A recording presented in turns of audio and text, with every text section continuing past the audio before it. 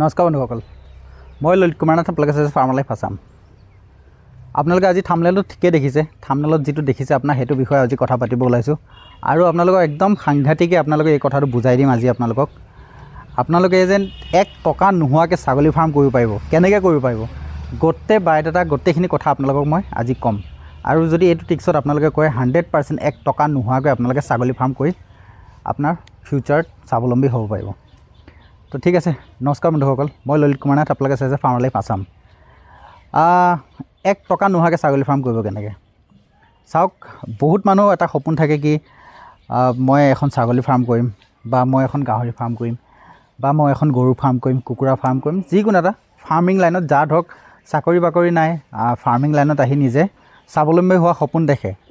কিন্তু সেই সপোনটো পূৰণ কৰিবৰ কাৰণে তেখেতৰ হাতত নিজৰ হাতত মানে মজুত ধন নাই। তো কেনেকৈ সেই সপোনটো পূৰা কৰিব, কেনেকৈ সেই যিটো সপোন তেওঁ দেখিছে এদিন স্বাৱলম্বী হ'ব লাগে ছাগলী ফাৰ্ম বা গাহৰি ফাৰ্ম দি পেলাই কৰিবলৈ, কেনেকৈ স্বাৱলম্বী হ'ম, সেইটো সপোন পূৰা কৰিবৰ কাৰণে মেহনত কৰিছে, বহুত কষ্ট কৰিছে, কিন্তু পৰা নাই।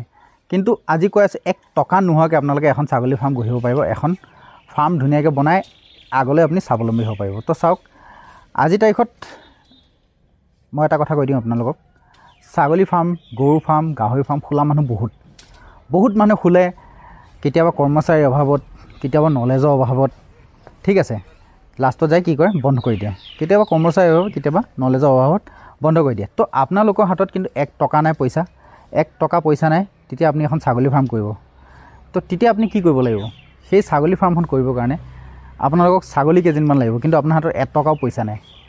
আপোনালোকে চাব, বিশেষকৈ আপোনালোকে মন কৰিব, যেতিয়া আপোনালোকৰ এখন গাঁৱত যেতিয়া আপুনি থাকে, গাঁওখনত কিছুমান এনেকুৱা ফৌজি মানুহ থাকে বা এনেকুৱা চাকৰিয়াল মানুহ থাকে, বিশেষকৈ প্ৰায় ফৌজিবিলাকত হয় বা পুলিচবিলাকত হয়।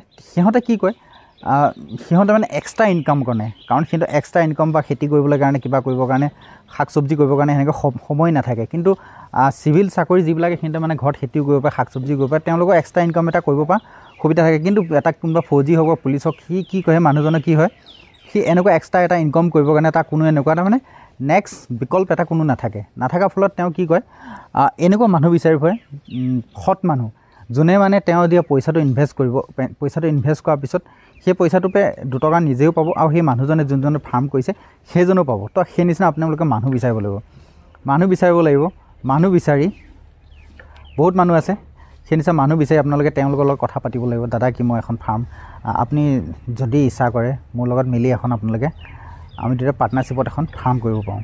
কোনোবা এজন ফৌজিক ক'লে ঠিক আছে বোলে, পাৰ্টনাৰশ্বিপত নহয়, মই আধিকৈ কৰিম, মোক আপুনি 5জনী ছাগলী আধি দিয়ক, আধা হ'ব, মানে পাৰ্টনাৰশ্বিপেই হ'ল। সেইটো চাব গ'লে আধি বুলি আমাৰ অসমীয়াত আধি বুলি কয়, আৰু এনে যদি আপোনাৰ মানে হিন্দী ভাষা বা ইংলিছ ভাষাত পাৰ্টনাৰশ্বিপ হৈ যায়, কিন্তু আধি বুলিও কয় আমাৰ অসমীয়া ভাষাত। তো সেনেকৈ যদি আপুনি 5জনী বা 3জনী ছাগলী লয়, আৰম্ভ কৰে, সেনেকৈ যদি 3জনী বা 5জনী ছাগলী লৈ এজন ফৌজিপে বা এজন চাকৰিয়াল পুলিচপে বা কোনোবা এজন বাহিৰত থকা চাকৰি কৰা মানুহ এজনৰ পৰা আপুনি পইচা কেইটামান লৈ পেলাই ছাগলী 5জনী কিনিলে, বা তেখেতে ছাগলী আপোনাক 5জনী কিনি দিলে, সেই ছাগলী 5জনী কিনি দি সেই 5জনী ছাগলী লৈ আপুনি যদি লাহে যদি ষ্টাৰ্টিং কৰে, আপুনি এটা সময়ত 100% এজন ভাল ফাৰ্মাৰ হ'ব। আৰু সেইজন মানুহ, যিজন মানুহে আপোনাক দিছিলে পইচাটো, সেইজন মানুহকো ধুনীয়াকৈ ধৰক আপোনাৰ লগত 3 বছৰ এটা বাউণ্ডেৰী থাকিলে, 3 বছৰ বা 5 বছৰ বাউণ্ডেৰী থাকিলে 5জনী ছাগলী দিছোঁ, এনেকুৱা কৰিলে নহ'ব। কিন্তু আপুনি আকৌ এনেকুৱা যদি কৰে মানে, মই ছাগলীকেইটা পালোঁ, মোৰ পোৱালি হ'ল, এবছৰৰ ভিতৰতে আপোনাৰ ডবল হৈ গ'ল পোৱালি।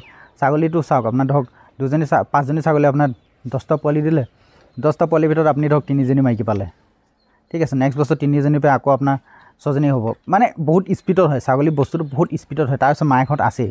তো সেনেকুৱা যেতিয়া আপোনাৰ বস্তুটো স্পীডত হয়, তেতিয়া সেই মানুহজনক পাহৰি গ'লে নহ'ব, সেই মানুহজনকো আপুনি লগত নিব লাগিব।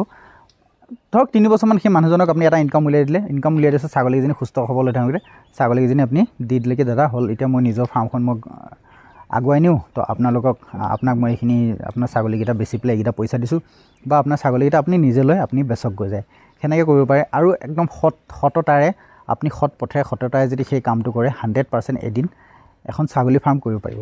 এতিয়া উদাহৰণ এটা আপোনালোকক মই কৈ দিওঁ। 2012ৰ কথা কওঁ। 2012ত মই ছত্তীশগড়ৰ পৰা প্ৰথম আহিছিলোঁ, ক'ত, অৰুণাচলত ট্ৰান্সফাৰ আহিছিলোঁ। মোৰ মাথাত এটা পোক সোমাই আছিলে কি, মই এখন গাহৰি ফাৰ্ম কৰিম, মোৰ গাহৰি ফাৰ্ম। মই মৰিগাঁও বজাৰৰ পৰা যাই মৰিগাঁও এটা চাইডে কি কয় বাচনাঘাট বুলি কোৱা জেগা এটুকুৰা আছে। বাচনাঘাটৰ পৰা অলপমান আগত যায়, তাত এখন বজাৰ লাগে। সেই বজাৰখন ট্ৰাইবেল এৰিয়াত বজাৰখন লাগে। তাৰপৰা মই 2টা গাহৰি কিনিছিলোঁ 1700 টকা দি 2টা গাহৰি কিনিছিলোঁ। সেই 2টা গাহৰি কিনি মোৰ লগৰ ল'ৰা এটাক মানে একেলগে ওচৰৰ গাঁও এখন ল'ৰা এটাক মই দিছিলোঁ ভাগিকৈ দিয়াৰ পিছত এনেকৈ জেওৰা দি পেলাই গাহৰিকেইটা পুহিলেহি। এটা গাহৰি পোৱালি ঢুকালে, মৰিলে। এটা গাহৰি পোৱালি মৰিলে। মৰাৰ পিছত আপোনাৰ মোক ক'লে কি, মই আহিলোঁ ললিতা গাহৰি পোৱালি এটা এনেকৈ তেনেকৈ মৰিলে। মই ঠিকে আছে হ'ল, মৰিলে, বিশ্বাস কৰিছোঁ কাৰণ মই দেখা নাই। সি হ'লেও কৈছে যেতিয়া সেইখিনি বিশ্বাস কৰিব লাগিব, মই বিশ্বাস কৰিলোঁ। তাৰপিছত গাহৰি পোৱালিটো পুহিলে 9 মাহমান পোহাৰ পিছত কচু চচু ইটো সিটো ঘৰৰ বস্তুকে খুৱাই, মদৰ জুগুলি চুগুলি এইবিলাক খুৱাই গাহৰি পোৱালিটো ডাঙৰ হ'ল। কিমান বেচিলে? 11,000 টকাত বেচিলে। 11,000 টকাত মোক সি 5,000 টকা দিলে। ললিতা আপুনি এইখিনি 5,000 টকা লওক। মোৰ বৰ বেছি লাভ নাই হোৱা, তেওঁ মানে মই যিটো সোমোৱাইছিলোঁ সেইটো পালোঁ। কিন্তু সেই ল'ৰাটোৱে সেই 5-6 হাজাৰ টকা লৈ ষ্টাৰ্ট কৰিলে কি, মাছৰ ব্যৱসায়। লোকেল মাছৰ ব্যৱসায় কৰিলে কি, যিবিলাক বৰশী পাতে, যিবিলাকতে মানে চেপা পাতে, সেইবিলাকৰ পৰা মাছ কালেক্ট কৰে। আৰু সেই মাছ কালেক্ট কৰি মানে গাঁৱে টাউন অঞ্চলত যায়। যিবিলাকত ধৰক মাছ চাছ মাৰিব নোৱাৰে, ধৰক সেনেকুৱা চাকৰিয়ালৰ মানুহ, তেওঁলোকে ঘৰে ঘৰে শিঙি মাছ লাগিব নেকি, মাগুৰ মাছ লাগিব নেকি, কুচিয়া লাগিব নেকি, কাৱৈ মাছ লাগিব নেকি, লোকেল একদম লোকেল যিটো ফ্ৰেছ লোকেল লাগিব নেকি বুলি কয় মানে সোধে। আৰু সেইটো হাই দামত লৈ আজিৰ তাৰিখত সেই ল'ৰাটোৱে মই কেতিয়াবা গ'লে লগ পাওঁ মোক সেই 5-6 হাজাৰ টকাই মই ইনভেষ্ট কৰাই দিয়া সেই 5-6 হাজাৰ টকাই আজিৰ তাৰিখত ধুনীয়া ঘৰ বনাইছে, ধুনীয়াকৈ আছে, ধুনীয়াকৈ মাছৰ ব্যৱসায় কণ্টিনিউ কৰি আছে। চাইকেলৰ পৰা এতিয়া বাইকত আহিলে একদম চশমা টচমা লগাই একদম পূৰা হিৰ' ষ্টেণ্ডাৰ্ড, বহুত ধুনীয়াকৈ তাক দেখিলে মানে খুব ভাল লাগে। সি পাহৰিছে নাই পাহৰা নাজানো। সি এবাৰ মোক লগ পাই পেলাই কৈছিলে, ললিতা সেই গাহৰি পইচাটো দিছিলে যেন, সেই পইচাটো আজি মই এইখিনি কাম কৰিলোঁ। সেই গাহৰিটো যেন পাইছিলোঁ 6 হাজাৰ টকা, সেই বস্তুটো মই ইমানখিনি কৰিলোঁ। তো সেই নিচিনাকৈ কিছুমান মানুহক মানে সৰু একদম 6 হাজাৰ টকাই সি ষ্টাৰ্ট কৰিছিলে। সেইখিনি সময়ত 6 হাজাৰ টকা তাৰ কাৰণে বহুত। আৰু গাঁৱলী আজিৰ তাৰিখত ধৰক 2012 কথা কৈছোঁ মই, 2012 কথা কৈছোঁ। তো আজিৰ তাৰিখত সেই 6 হাজাৰ টকা একো মূল্য নহ'ব পাৰে, কিন্তু সেইখিনি সময়ত সেই 6 হাজাৰ টকাটো বহুতখিনি মূল্য আছিলে। আৰু এটা সৰু সুৰা ব্যৱসায় কৰিব পৰা পইচা আছিলে, আৰু ধুনীয়াকৈ সেইটো ব্যৱসায় কৰিছিলে। আজিৰ তাৰিখত হওক 20 হাজাৰ টকা বা 25-30 হাজাৰ টকা, সেইটো সময়ত 6 হাজাৰ টকা। সেই ল'ৰাটোৱে আজিৰ তাৰিখত বহুত ধুনীয়া এটা বহুত মানে এটা ধৰক মাষ্টৰে যেনেকুৱা লাইফ যিয়ে ধৰক 22,000, 23,000, 25,000 টকা দৰমহা পোৱা মাষ্টৰ এটাই এখন বাইক লৈ পেলাই সেই নিজৰ বঢ়িয়া এটা লাইফ জি আছে, বহুত ধুনীয়া এটা লাইফ জি আছে। ঠিক আছে, মই মাষ্টৰ বুলি কওঁতে কোনোবা বেয়া পাব লাগিব কথা নাই, মানে লেভেলটো মিলাই দিছোঁ। সি মানে মাছৰ বেপাৰী হ'ব পাৰে, কিন্তু সেইটো লেভেলত সি আজি লাইফ ষ্টাইলটো সি জি আছে। তো মই সেইটো কথাই ক'ব বিচাৰোঁ, এনেকৈ আপোনালোকে অ'ত মাথা মাৰিব নালাগে, অ'ত ঘূৰিব নালাগে। নিজৰ গাঁৱৰ কোনোবা পুলিচ ফৌজি বা কোনোবা বাহিৰত চাকৰি কৰা মানুহ, ইঞ্জিনিয়াৰ কিবা কৈ আছে, দাদা এনেকৈ তেনেকৈ ছাগলী 5জনী দিয়ক, আধিকৈ পুহিম আপোনাক। 2-3 বছৰত সিও এটা ইনকাম পালে সেই 5জনী ছাগলী পাই। তাৰপিছত সেই 5জনী ছাগলী 2-3 বছৰ 5জনী ছাগলী আছেই আপোনাৰ। তাৰ বাহিৰে সেই ছাগলীখিনি ধুনীয়াকৈ যায় আপোনাৰ 15জনী ছাগলী হৈ গ'ল। 15জনী ছাগলী হোৱাৰ পিছত আপোনাৰ অলৰেডি আপুনি তাৰপৰা কি ভাল এটা ব্ৰিডাৰ লৈ বহুত ধুনীয়াকৈ 3 বছৰ পিছত এখন ফাৰ্ম আপোনালোকে চলাই নিব পাৰে। আপোনালোকে কোনোদিনাখন তামিলনাডুত যাব নালাগে, কেৰেলাত যাব নালাগে, ক'তো যাব নালাগে কাম কৰিবৰ কাৰণে, নিজৰ ঘৰতে থাকি। আৰু বহুত এনেকুৱা কিছুমান মানুহ আছে মানে নিজৰ ঘৰতে থাকি কাম কৰিব বিচাৰে।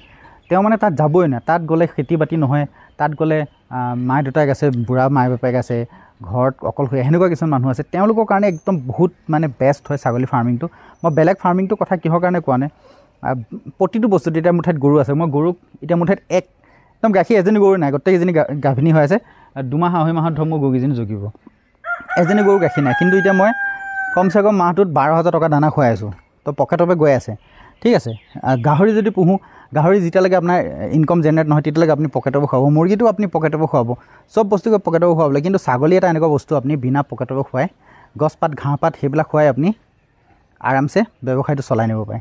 তো সেইকাৰণে মই ছাগলীটোৰ কথা কৈছোঁ। এনেকৈ মই এনেকুৱা যে কোৱা নাই খালী ছাগলীটো কওক বুলি, বহুত আছে এনেকুৱা ব্যৱসায়, কিন্তু ছাগলীটো তাৰ ওপৰত চবতকৈ বেষ্ট হয়।